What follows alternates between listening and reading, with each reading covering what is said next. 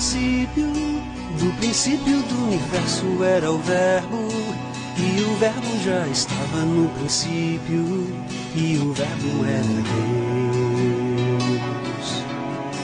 Desde o princípio, o poeta já fazia o belo verso, e o verso era o Verbo Jesus Cristo, e o Verbo era Deus.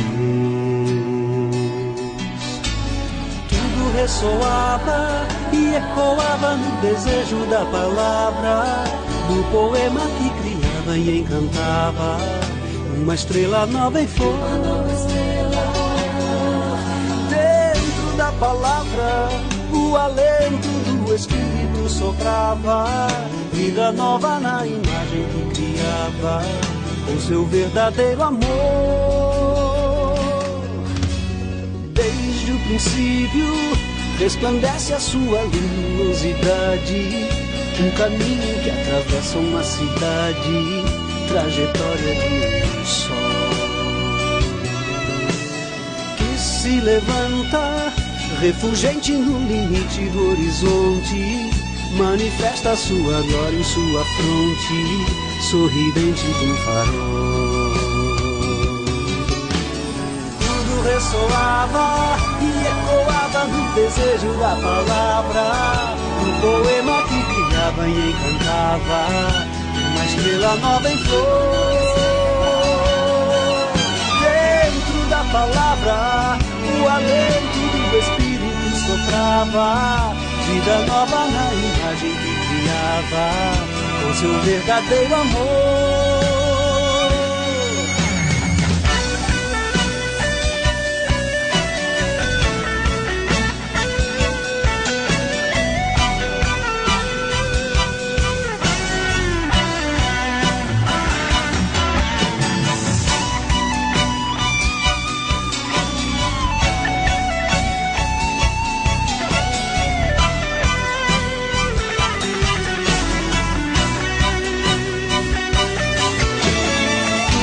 Soava e ecoava no desejo da palavra, no poema que criava e encantava uma estrela nova em flor.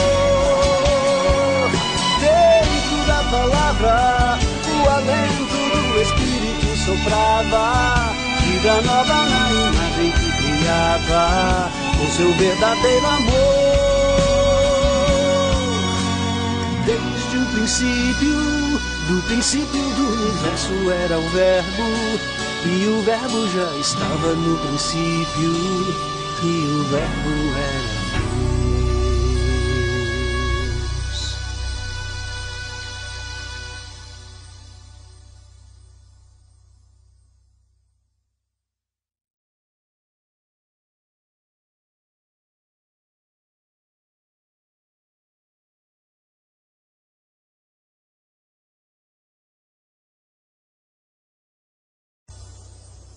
Jornada, uma grandiosa jornada. Acho que esse vídeo mostra um pouquinho para a gente dessa grandiosidade do nosso Deus. No dia 9 de março, a gente iniciou uma jornada bíblica, uma jornada que tinha como propósito, como proposta, dar a oportunidade de toda igreja, cada um aqui, de conhecer mais desse Deus, de conhecer mais do caráter desse Deus, da história desse Deus, que no momento, na eternidade, antes dos tempos eternos, como a Bíblia diz, Deus, ele inicia ou continua essa jornada, de que hoje nós somos participantes, e com essa alegria que a gente tem hoje aqui, a gente tem essa igreja cheia para falar um pouquinho, dessa palavra, de aprender mais do Senhor, eu queria já convidar os professores aqui à frente, porque essa jornada ela começa lá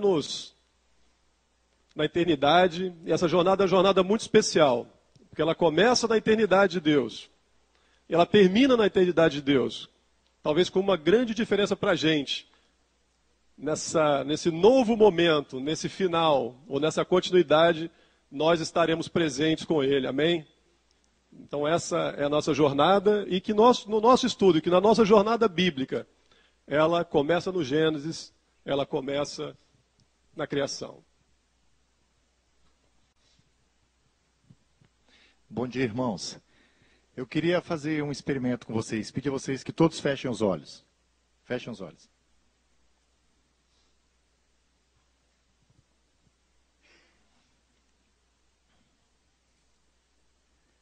Parece que o tempo não passa, não é? Abra os seus olhos, porque no versículo 3 de Gênesis, Deus disse: haja luz, e houve luz sobre toda a face do abismo. E tudo que não tinha existência, veio à existência por causa da palavra de Deus. A palavra de Deus traz tudo à existência. E no meio de tanta coisa que Deus criou o homem. E Deus disse, no versículo 26 de Gênesis capítulo 1, façamos o homem à nossa imagem, conforme a nossa semelhança. E Deus então fez o homem com capacidade de escolha, com possibilidade também de ser criativo, com possibilidade também de interferir na natureza, assim como Deus o faz. Em Gênesis capítulo 2, no verso 18, Deus disse: não é bom que o homem esteja só, far-lhe-ei uma auxiliadora que lhe seja idônea. A auxiliadora idônea, todos sabem que é aquela que pode e que é capaz de olhar nos olhos do homem. Porque o homem dominava sobre todas as espécies criadas, mas ele não domina sobre a mulher, porque a mulher é uma igual. A mulher foi criada por Deus para lhe fazer companhia. E o homem, em comunhão com a sua mulher, em comunhão com o seu Deus, todas as tardes a Bíblia diz que Deus vinha na presença do homem na viração do dia. Mas um dia, por escolha da mulher e do homem, aconteceu o seguinte: no diálogo da mulher com a serpente, que era o diabo, no versículo 5 do capítulo 2 ainda de Gênesis, diz assim: porque Deus sabe que no dia em que dele comerdes, se vos abrirão os olhos, e como Deus, sereis conhecedores do bem e do mal. Deus criou o homem, à sua imagem, à sua semelhança. O homem decidiu, junto com a sua mulher, por causa da tentação da serpente, ser igual a Deus. Viver uma vida independente de Deus. Viver uma vida longe da luz. Feche os olhos de novo. Então, tudo que fazia sentido, perde o sentido. Toda a proximidade de Deus, toda a proximidade da luz, o homem se vê afastado dela. E graças a Deus que quando o homem havia pecado, no versículo 15, tem a grande promessa da libertação, a grande promessa do homem ter de novo contato com a luz, que diz o seguinte: porém inimizade entre ti e a mulher, entre a tua descendência e o seu descendente, ele te ferirá a cabeça e tu lhe ferirás o calcanhar. Jesus Cristo, aquele que vence a serpente e que nos torna capaz de ver a luz e ter contato com a luz. Abre seus olhos de novo. Mas o homem vivendo debaixo do pecado, sem luz, depois do primeiro culto, ao invés das pessoas saírem abençoadas, do primeiro culto, um irmão mata o outro. Capítulo 4, versículo 8. Disse Caim a Abel, seu irmão: vamos ao campo. Estando eles no campo, sucedeu que levantou Caim contra Abel, seu irmão, e o matou. O culto que abençoa, o culto que deixa as nossas vidas satisfeitas, preenchidas por causa da presença de Deus, agora, com a presença do pecado, com o homem querendo ser igual a Deus, o homem no escuro escolhe o mal. A capacidade de escolher o bem e o mal não é mais do homem, mas Deus é Deus de promessa, é Deus de aliança. E a aliança estava em Sete, que substituiu Abel. Sete substitui Abel, lá no versículo 26 do capítulo 4, diz assim: nasceu-lhe também um filho, que pôs o nome de Enos, o filho de Sete, aquele que foi o substituto de Abel, aquele que foi uma bênção para casa de novo. E diz no versículo 26, daí se começou a invocar o nome do Senhor. O nome do Senhor passa a ser invocado, o nome do Senhor passa a ser buscado, mas não pela maioria, porque a maioria escolheu a escuridão e Deus trouxe o dilúvio. Mas Noé, aquele que invocava a Deus junto com sua família, ele é poupado. E da descendência de Noé, várias coisas acontecem.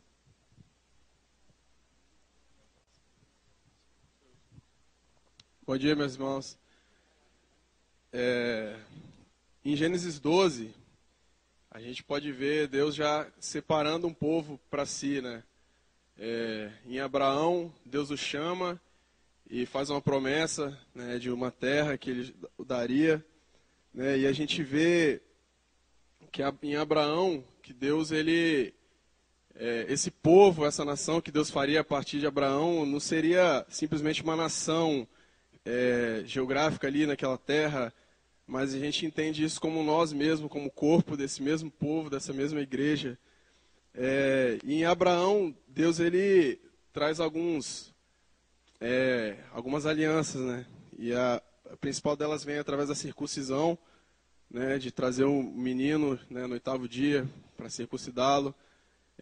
Em Abraão a gente vê, né, muitas coisas assim, muita graça de Deus, né? O milagre, né, de um homem de 99 anos, quase 100 anos, sendo pai, né? Na verdade, antes disso ainda a gente vê que ele era homem como a gente, né, e a sua esposa também, e por isso ela tentou meio que burlar a promessa, né, trazendo a sua serva para se deitar com Abraão, para que ela pudesse ter um filho, né, e Ismael nasce, depois a própria Sara fica grávida e tem o filho Isaac, que é o filho da promessa, né, e é bonito assim, porque essa promessa que foi feita a Abraão, ela não fica em Abraão, ela é repassada a Isaac, né? E Isaac, assim, como herdeiro, recebe essa promessa e tem também seus filhos, né? Jacó e Esaú. E é interessante também a gente reparar na história dos dois que Esaú, sendo o primogênito, ele não faz questão da primogenitura dele e vende a primogenitura por lentilha, porque ele estava com muita fome. A maioria deve conhecer a história. E o certo seria que ele fosse o herdeiro, né? Mas Deus ele nos surpreende, né? Ele traz o mais fraco. A palavra fala que Esaú era um homem de caça e Jacó era um homem pacato, né? E a Bíblia traz que foi o próprio Jacó, né? que era um caçula, o mais frágil, que foi o herdeiro da promessa. E Deus novamente refaz a sua promessa a Jacó, a mesma promessa que ele fez ao avô Abraão, ao pai Isaac, agora ele traz essa promessa a Jacó. E em Jacó a gente tem nossas 12 tribos, né, conhecidas, 12 tribos de Israel, né, os 12 filhos, né, que foram filhos das irmãs Lia e Raquel e das suas 2 servas, né? São os seus 12 filhos. E neles a gente entra na história de José, né, que foi vendido como escravo para o Egito, e no Egito ele, graças a isso, né, graças a sua escravidão, Deus trouxe a libertação ao seu pai, posteriormente, seu pai Isaac, e aos seus irmãos, né, porque ele prosperou muito no Egito, muitos conhecem a história que ele foi vendido como escravo, depois foi prosperando e acabou sendo oficial na casa de Potifar, foi preso, e da prisão foi revelado a ele os sonhos do faraó, e ele prosperou. E a gente vai ver um pouco mais da história.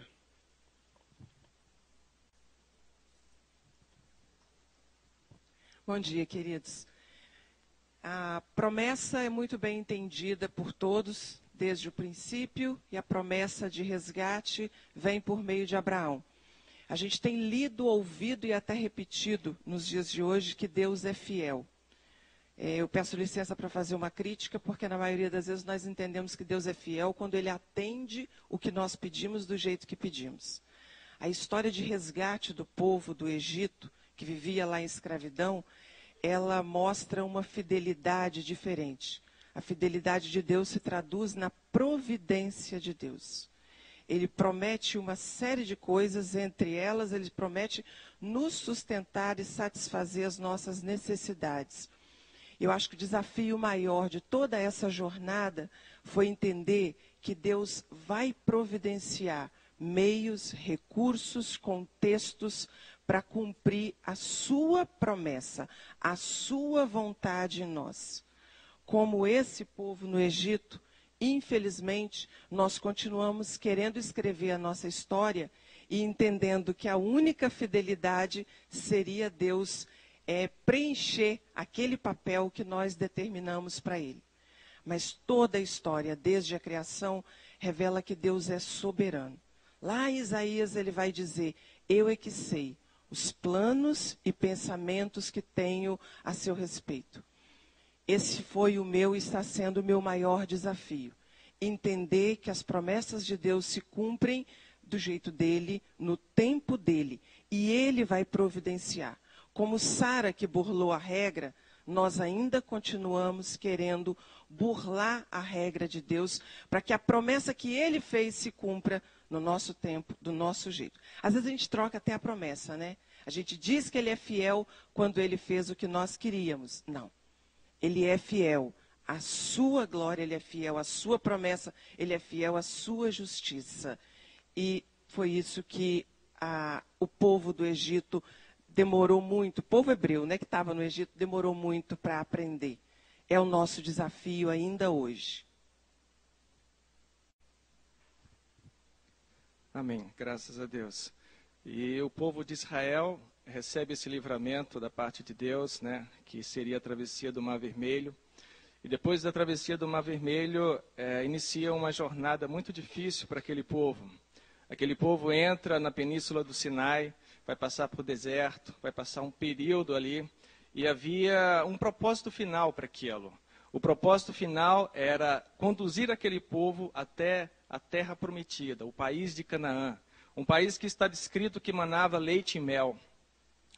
Mas o Senhor não leva aquele povo para ali antes de primeiro tratar com eles e explicar para eles e mostrar para eles que eles foram escolhidos dentre todos os povos da terra para serem um sacerdócio real, para serem uma nação santa, um povo separado por Deus, porque Deus tinha algo especial para aquele povo.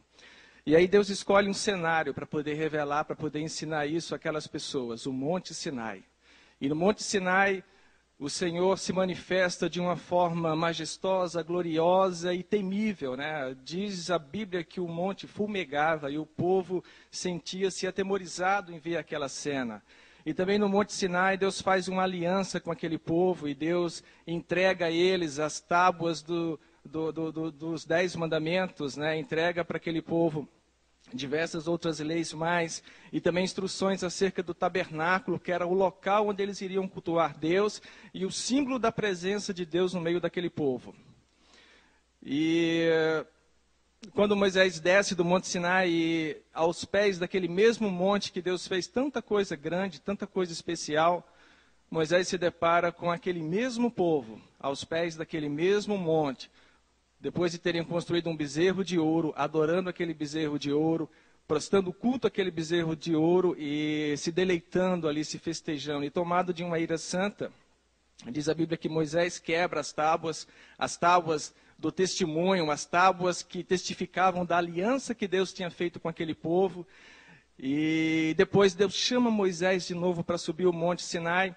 E novas tábuas seriam preparadas para aquele povo, e acontece um dos registros mais belos da manifestação de Deus.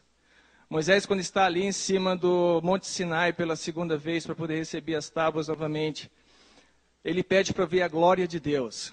E Deus diz a Moisés que iria manifestar a sua glória. E lá em Êxodo 33, a gente tem esse belo registro. Deus dizendo assim: farei passar toda a minha bondade diante de ti e proclamarei o nome do Senhor. Terei misericórdia de quem eu tiver misericórdia e me compadecerei de quem eu me compadecer. Deus mostrando aqui que a salvação ela é um ato soberano e livre do próprio Deus. E depois que Moisés sobe ali naquele monte, depois que está ali, Moisés fica numa fresta da penha, e o Senhor passa, e o Senhor diz a Moisés que Moisés não poderia ver o seu rosto, mas veria Deus pelas costas. E quando o Senhor passa ali,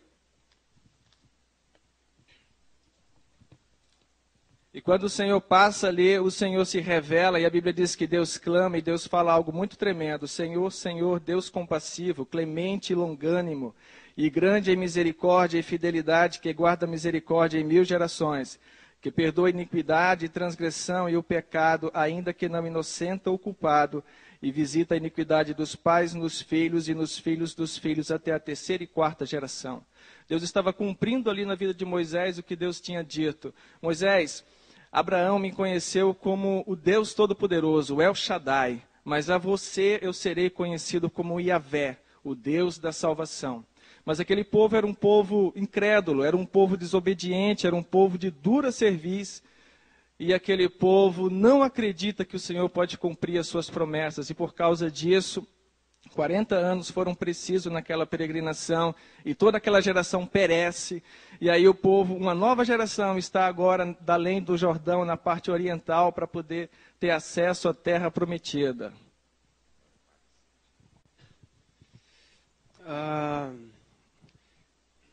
Essa parte, a conquista de Canaã, me fez pensar em algumas situações. A Andréia pegou parte da minha fala, quando ela disse da soberania de Deus e o propósito de Deus em executar os seus planos. E é interessante, nós percebemos em toda a dinâmica do que a gente viu, pelo menos até aqui, e depois nos demais livros da Bíblia, que é uma preocupação muito clara em que discípulos sejam feitos. Se a gente olha um pouco mais para trás e observa a vida de José, por exemplo, José não preparou um discípulo. E quando o êxodo começa, há uma dificuldade tremenda, porque ninguém lembra nem de José, nem do Deus de José. E o povo amarga a escravidão. Quando Moisés é levantado por Deus, e Moisés é levantado justamente porque Deus tem um plano soberano, e mesmo que José não houvesse deixado discípulo para que continuasse com o trabalho e a visão de Deus para o povo, Moisés é levantado. E agora, Moisés, se vocês perceberem, durante toda essa jornada, Moisés prepara um homem, que é Josué. E Josué, juntamente com Caleb, daquela geração, como vocês bem sabem, são os únicos dois que, de fato, pisam na terra prometida.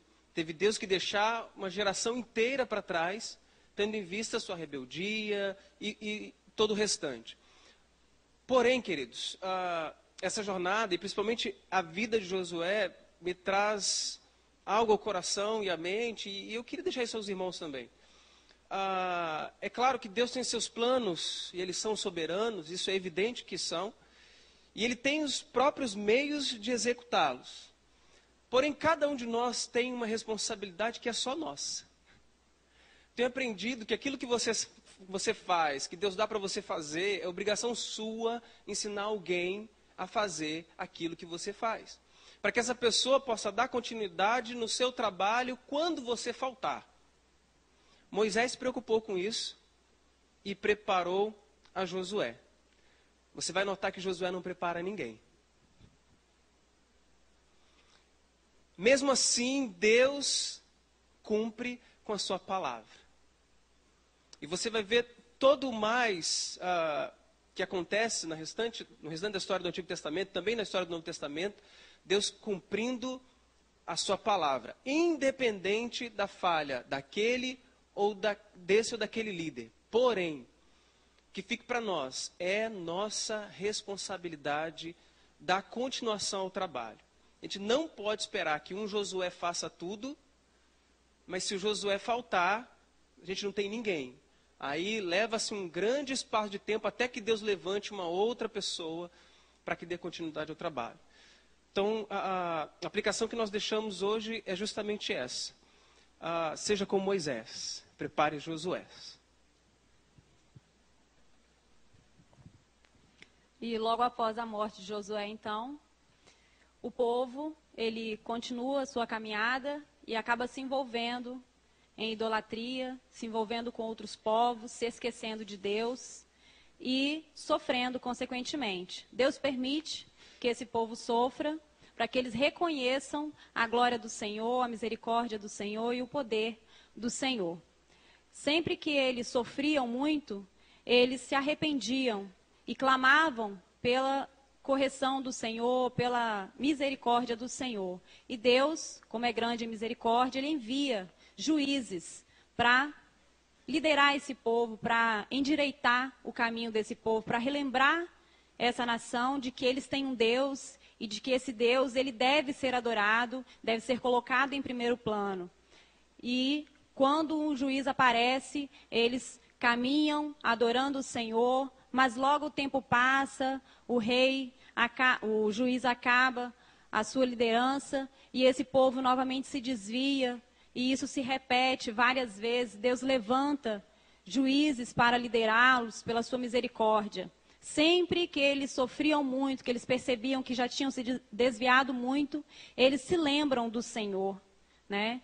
E aí Deus envia mais um juiz para liderá-los. Alguns exemplos de juízes que foram usados pelo Senhor são Otoniel, que liderou aí para derrotar os mesopotâmios, Débora, mulher de Lapidote, que lutou aí em relação a Sísera, Gideão, lutou aí para derrotar os midianitas, e Sansão, né, que nós conhecemos a história, que se envolveu com povos que não era o propósito do Senhor que ele se envolvesse, e mesmo assim Deus tem misericórdia, e ele é usado para libertar o seu povo, para endireitar o caminho desse povo através da sua liderança.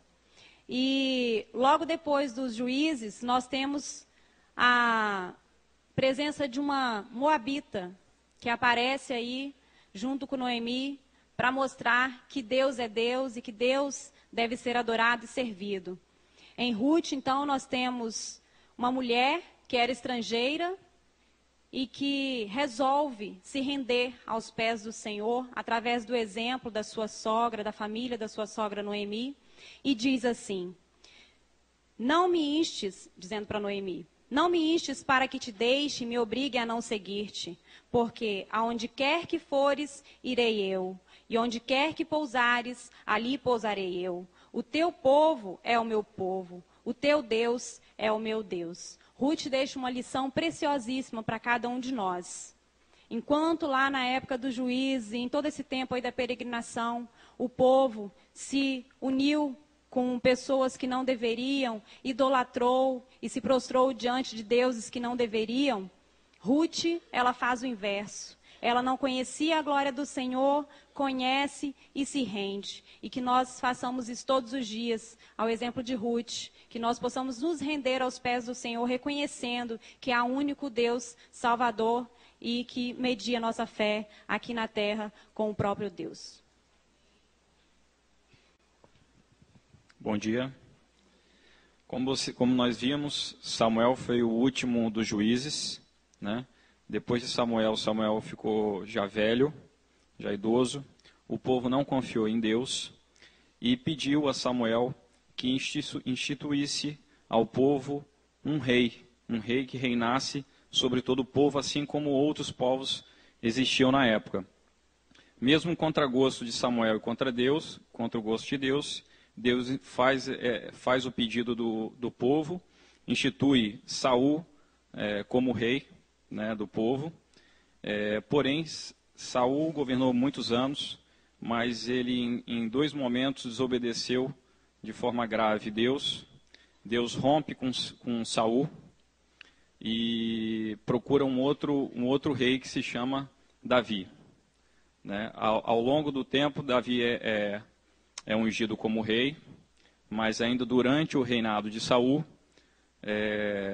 Davi era um rapaz muito moço, né? Ele pastoreava ovelhas e ele tocava harpa. Nesse momento, um espírito maligno se apossou de Saul e Davi foi colocado no meio do reino de Saul para tocar harpa, enquanto esse espírito maligno de Saul se apossava, ele tocava harpa e ali o espírito se acalmava. E nesse momento aconteceu um fato que os filisteus colocaram ali uma guerra, onde houve Golias. Golias afrontou todo o povo de Israel, né, e ninguém conseguiu afrontar o Golias pelo tamanho dele, pela força dele. Só que Davi, naquele momento, viu aquela situação, se colocou diante de Deus e lutou contra Golias. E venceu Golias com a força de Deus. A vitória de Davi o fez casar com a filha de Saul e ser um dos principais do exército de Saul. Saul ficou enciumado. Com aquele momento, o povo começou a gostar muito de Davi e Saul começou a perseguir muito Davi, né? Davi teve que fugir do governo, se recuou em uma caverna, encontrou 300 colocados, 300 pessoas, e uniu os 300 para poder formar um exército. Logo depois, Saul morreu. O Davi foi instituído rei unido, uniu o reino, né? Depois de Davi, fez um ótimo governo, obedeceu a Deus, buscou a Deus e conseguiu eliminar vários opositores, filisteus e tudo mais. Foi um homem segundo o coração de Deus. E logo depois teve um filho, né? Chamado Salomão. Salomão construiu em sua época o templo de Deus, e foi um homem muito sábio, né? Segundo a Bíblia, ele pediu sabedoria, foi o homem mais sábio e um dos reinados mais ricos que já foram colocados, e um homem mais sábio de todos os tempos. Então é isso aí. Bom, mas esse mesmo Salomão, com toda a sua sabedoria, com toda a sua riqueza, também, de certa forma, começou a se esquecer dos preceitos de Deus e começou a se misturar com outros povos e a casar com muitas mulheres. E por meio dessas mulheres entrou no meio da tribo de Deus, do povo de Deus, a idolatria. E por causa dessa idolatria, começou a haver conflitos políticos. E aí então se iniciou a divisão do povo de Israel em duas tribos, em dois povos, a tribo de Judá, né, e a tribo de Israel. Se Salomão não seguiu os conselhos de Deus e trouxe idolatria para dentro do povo, Roboão, filho de Salomão, também não seguiu o conselho dos anciãos, preferiu seguir os conselhos dos jovens, e isso causou a divisão do povo de Deus. Eu acho importante essa parte, porque assim como aquele homem não seguiu o conselho dos anciãos, talvez nós hoje ainda continuemos seguindo outros conselhos que não sejam o melhor. A Bíblia diz: na multidão de conselheiros há sabedoria, mas nós devemos escolher aonde estão esses sábios. Ali Roboão escolheu os sábios jovens e errou. Hoje, talvez, quando eu olho para essa igreja e vejo tantas pessoas já de idade, a gente vê muitos jovens, muitos adolescentes, muitas crianças, ao invés de buscar o conselho nesses homens e nessas mulheres, buscam os conselheiros do Google, buscam os conselheiros do smartphone e muitas vezes desprezam o conselho desses senhores e senhoras que são muito sábios. Mas isso então tornou a divisão, e aí duas tribos, né, Judá, Benjamim e Simeão, ali ficaram com Roboão, e o restante, as outras 10 tribos, foram para formar a tribo de Israel, cuja capital era depois em Samaria. E a primeira coisa que Jeroboão fez para dividir mesmo, assim, uma das coisas, foi com relação à adoração. O povo não podia adorar em Jerusalém, por isso então ele criou bezerros de ouro e colocou um em Betel, se eu não me engano, vamos pegar a cola aqui, Betel, e o outro em Dan. E aí começa algo que a gente vai ver lá no Novo Testamento, que é o ódio, que é a picuinha entre o povo, entre os judeus e o povo de Samaria. Tudo começa com essa divisão, tudo começa com essa separação. Primeiro a separação da adoração ao Senhor, depois a separação porque a tribo de Israel, que tinha uma terra muito mais fértil, tinha um muito bom comércio, tentou conquistar Judá. E em cima disso Judá buscou, auxílio ali, instigou os assírios a então tomarem o povo de Israel, da tribo de Israel. E isso então levou à conquista do Reino do Norte, primeiro, e depois veio a conquista do Reino do Sul. Samaria, por que a briga entre judeus e samaritanos? Por que que os judeus detestam os samaritanos? Porque principalmente em razão desse conflito, em razão desta confusão, aquele povo de Samaria foi completamente disperso pelos assírios e colocaram no meio daquela cidade povos de outras nações, de outras línguas e de outras culturas. Por isso que eles não consideram os samaritanos como verdadeiros servos, povo de Deus. Em Cristo, tudo isso foi unificado. Em Cristo, nós somos uma só nação e um só povo. E se os judeus ficam ainda com essa discussão sobre quem é e aonde deve adorar, Cristo nos ensina que Ele é o único Senhor e Salvador, e Ele é o único a qual nós devemos buscar e adorá-lo. Ok? A tribo do norte, ela teve bastante reis ruins, né? Reis idólatras, malvados, que chegaram a sacrificar seus filhos.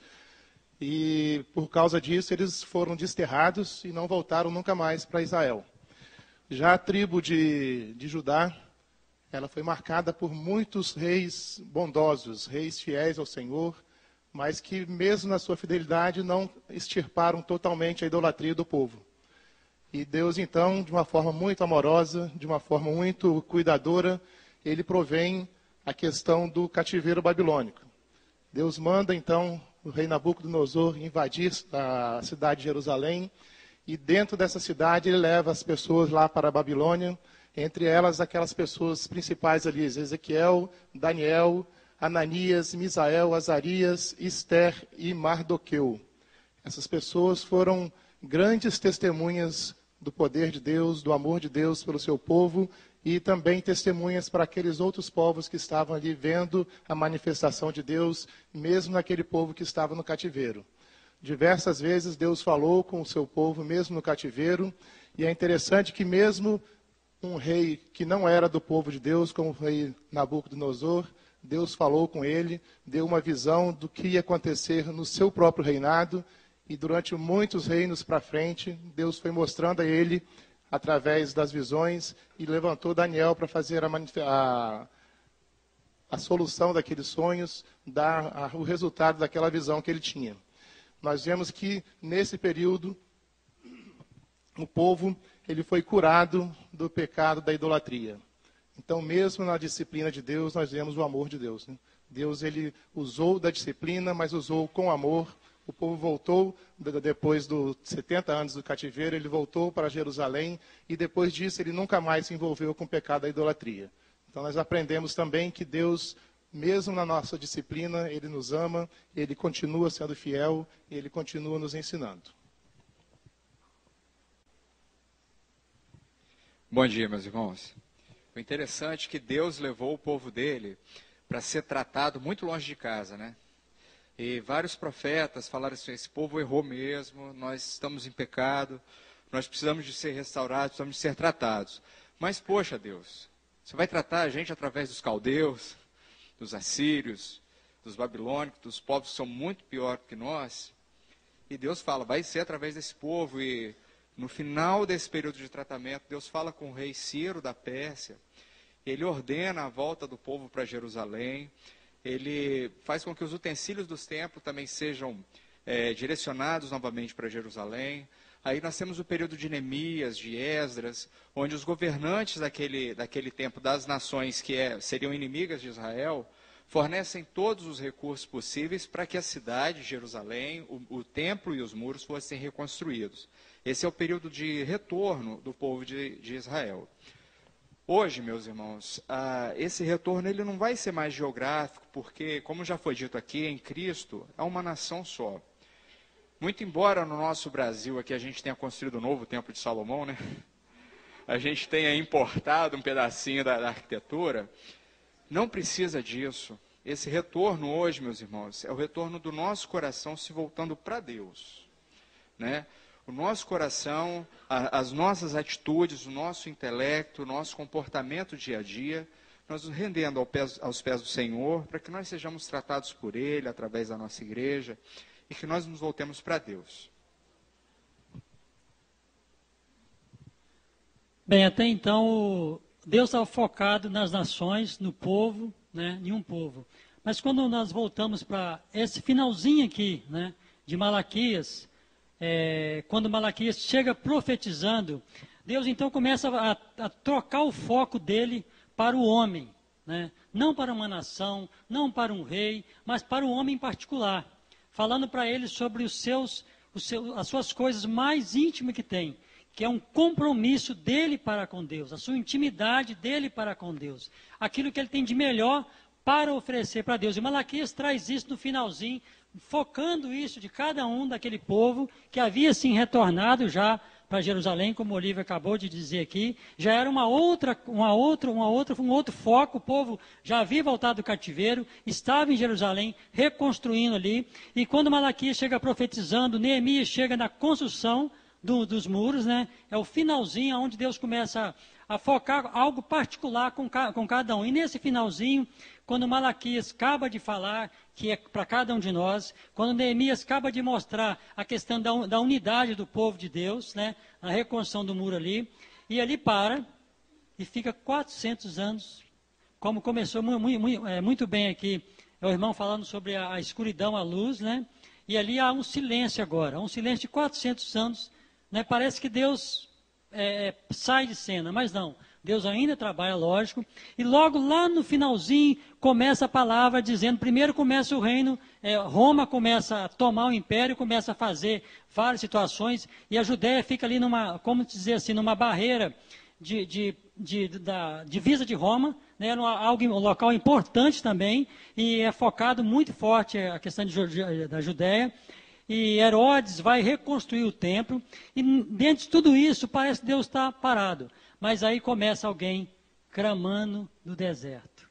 Deus começa a falar no deserto a vida de cada um de nós. E João Batista começa falando, endireitai os vossos caminhos. Endireitai os vossos caminhos. Preparando a terra para a semente, que era Jesus, né? E Deus tem feito isso conosco, preparar a terra para a semente que é Jesus. E fala mais ainda que a Bíblia foi traduzida. E hoje não há uma pessoa mais eloquente, mais capaz de traduzir a Bíblia do que o Espírito Santo de Deus. Só Ele pode traduzir a Bíblia para cada um de nós, né? E Deus quer fazer de nós o tempo dele. Não o que Herodes fez, reforma, mas é cada um de nós. E a palavra de Deus é o Espírito Santo que traduz para cada um de nós. E louvado e glorificado seja o Senhor, que com certeza, né? Quando adentrarmos agora no Novo Testamento, Deus vai falar muito mais para nós ainda. Amém?